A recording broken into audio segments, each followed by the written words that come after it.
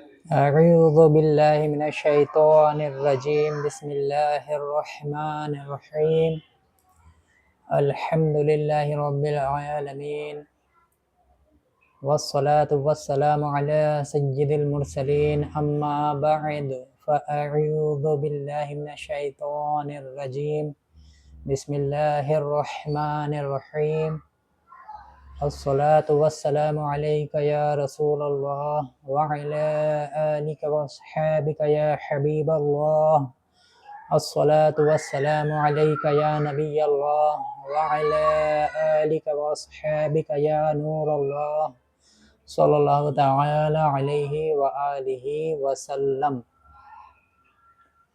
ایک بہت ہی اہم مسئلے پر گفتگو کریں گے انشاءاللہ تبارک و تعالی، جو ہے کہ بغیر ٹوپی کے ساتھ نماز پڑھنا کیسا، یعنی ننگے سر نماز پڑھنا کیسا۔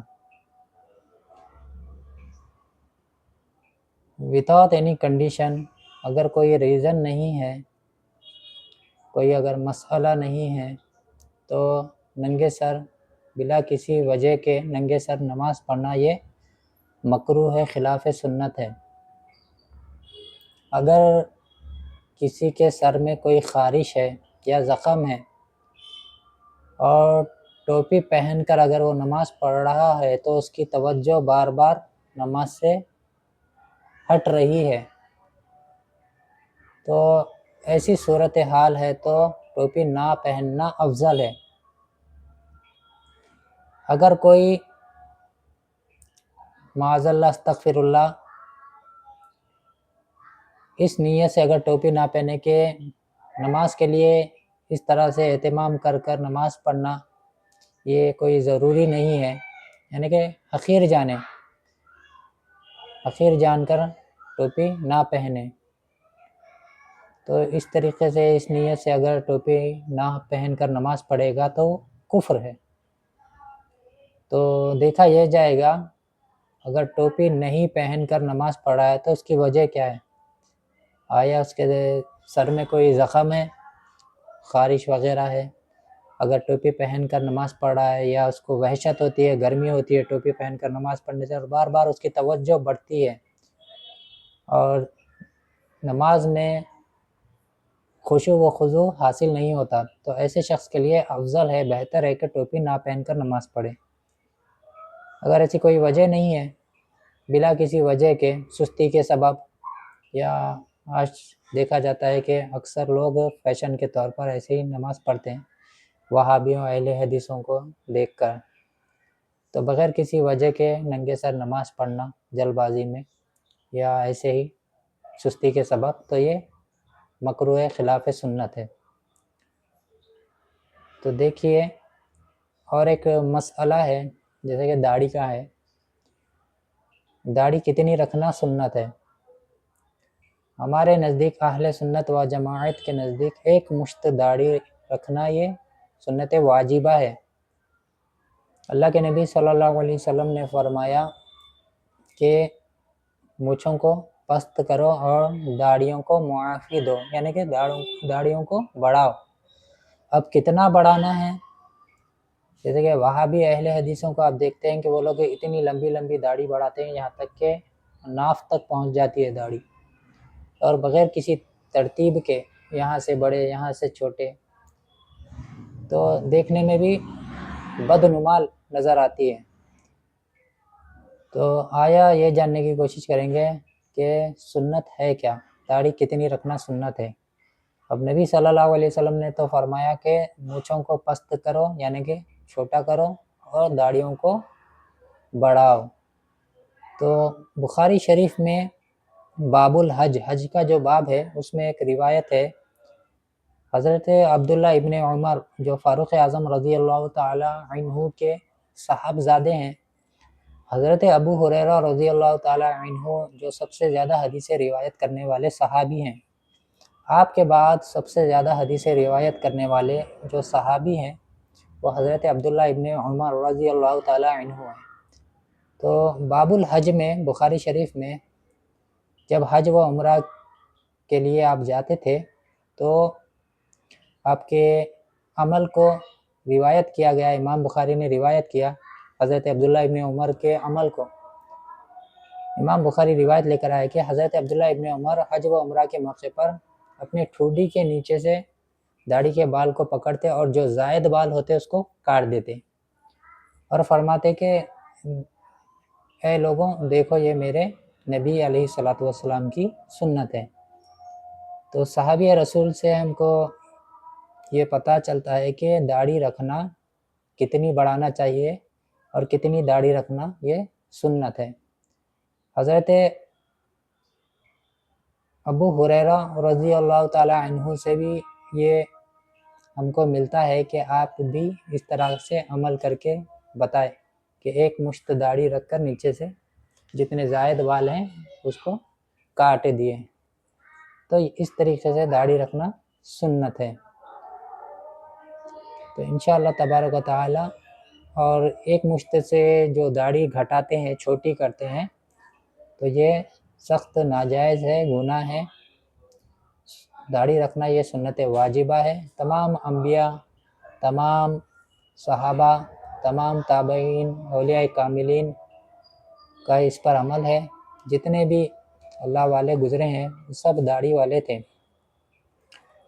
اگر کوئی کم داڑھی والا امامت کرے تو اس کی امامت بھی مکروہ تحریمی ہے. سنت کے مطابق داڑھی نہ ہو اور داڑھی بڑھتی ہے اس کی تو اس کو وہ گھٹا کر چھوٹی کر دیتا ہے، ایک مشت سے کم کر دیتا ہے. تو ایسے امام کی بھی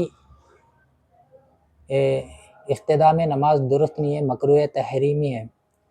اور اگر کوئی داڑھی منڈا عذابی کہے تو عذابی اس کی مکروہ ہے. تو یہ داڑھی کے مسائل تھے.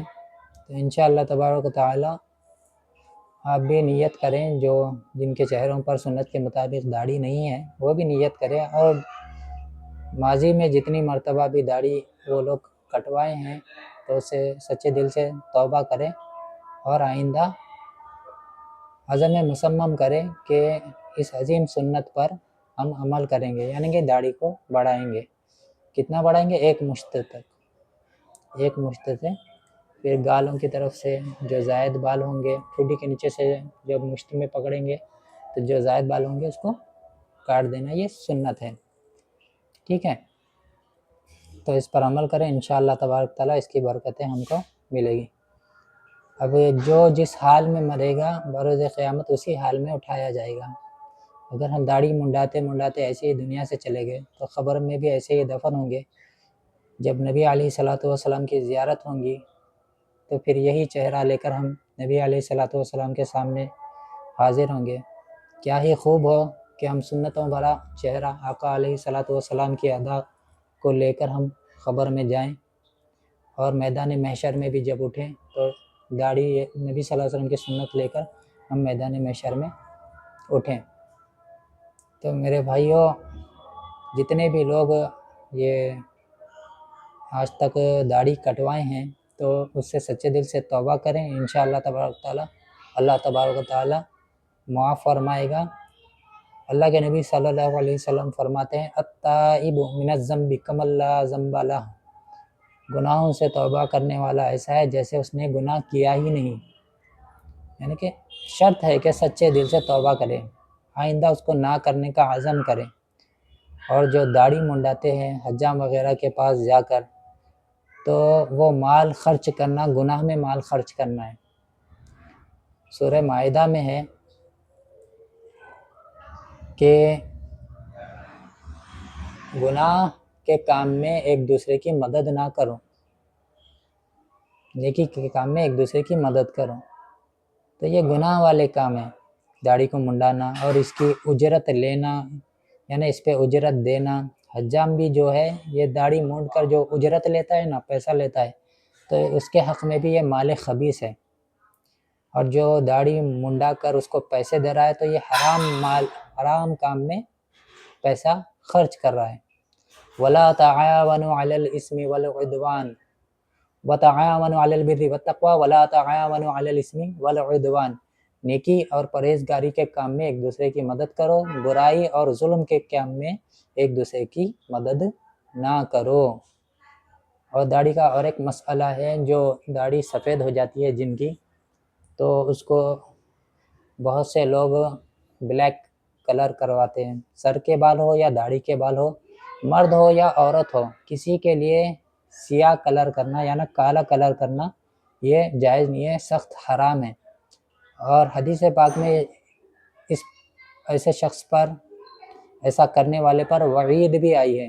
اللہ کے نبی صلی اللہ علیہ وسلم فرماتے ہیں جو اپنے بالوں کو کالے رنگ سے رنگے وہ بروز قیامت جنت کی خوشبو بھی نہیں پائے گا۔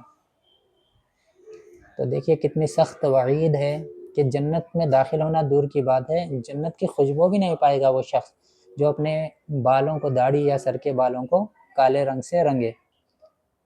تو چاہیے یہ کہ جو بھی ہم رنگ لگائے داڑھی میں یا سر کے بالوں میں تو کالا رنگ نہ ہو، براؤن کلر ہو یا لائٹ براؤن ہو کہ دور سے دیکھنے میں اگر بلیک بھی نظر آتا ہو تو کوئی بات نہیں، علماء نے اس کی اجازت دی ہے، مگر بلیک کلر یہ نہیں لگا سکتے، بلیک کلر بالکل ناجائز ہے، حرام ہے۔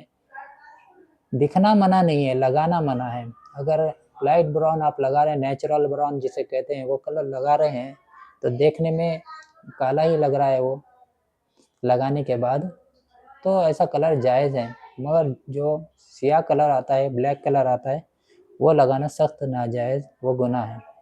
تو اللہ تبارک و تعالیٰ سے دعا ہے کہ اللہ تبارک و تعالیٰ جو کچھ بھی کہا گیا ہے کہنے سننے سے زیادہ عمل کی توفیق عطا فرمائے۔